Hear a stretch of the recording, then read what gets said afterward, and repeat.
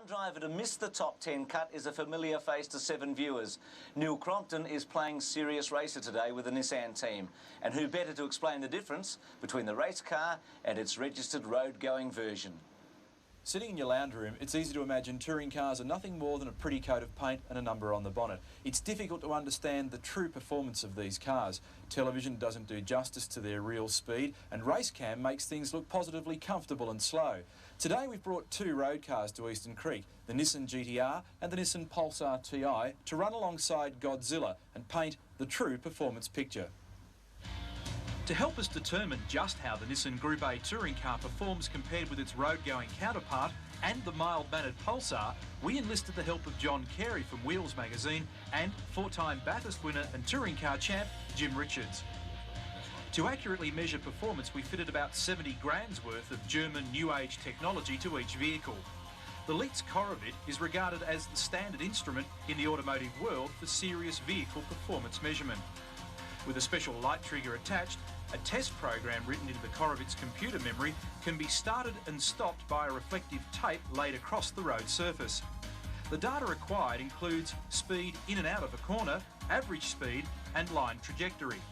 In here we have a small keyboard, very sort of simple keyboard that allows you to program various tests into the machine, and the driver has to hit a button to initiate each of the tests or to prepare the machine for each of the tests.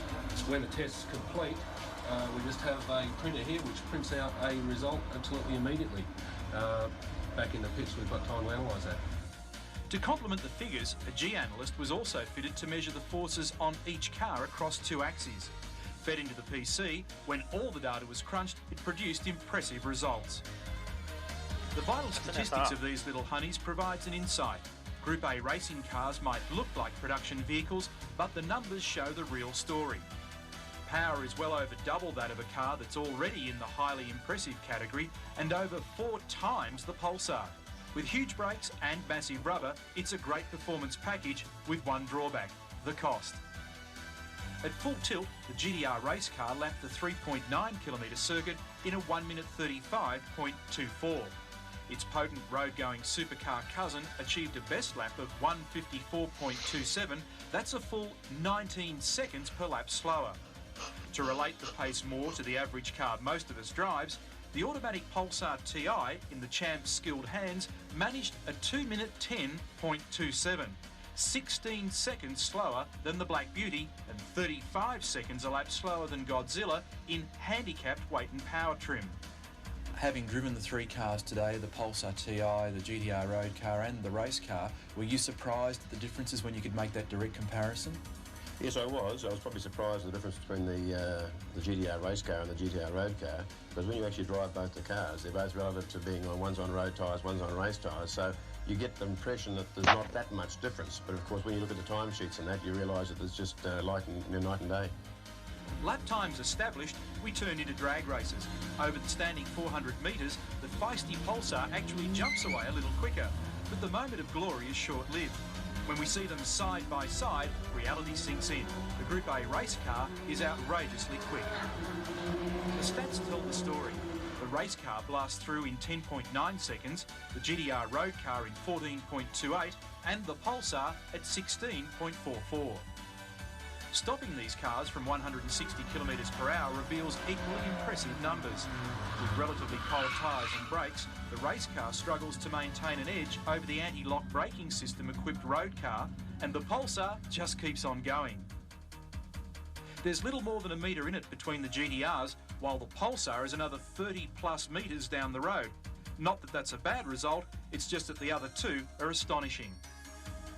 Like any purpose-built toy, the race car isn't always a winner in every situation. In the International Standards test for lane changing and the slalom run, suddenly the Pulsar is the gun, winning the slalom with agility, and it was a close call for the lane change. But to truly assess the performance of the race car against the others, we go back to the test with the Corobit and the G-sensor. 2 corners on the circuit were used for a specific comparison. In corner 1, the race car averaged 121km per hour. The road car averaged 104km per hour. And the baby came squealing along at 84 k's. The G meter showed the race car loaded up at almost 1.5 Gs, the road car measured just over 1, and the hatch at 0.92. In corner 2, the faster of the two corners, the race car was up to 142 k's, and the road car nudged 119, the Pulsar at just under 104. The tests prove what the race drivers already know. The cars contesting the Tooheys 1000 are massively faster than even the fastest high-performance road cars. And when it comes to comparison with cars like you and I drive daily, the performance gap is amazing.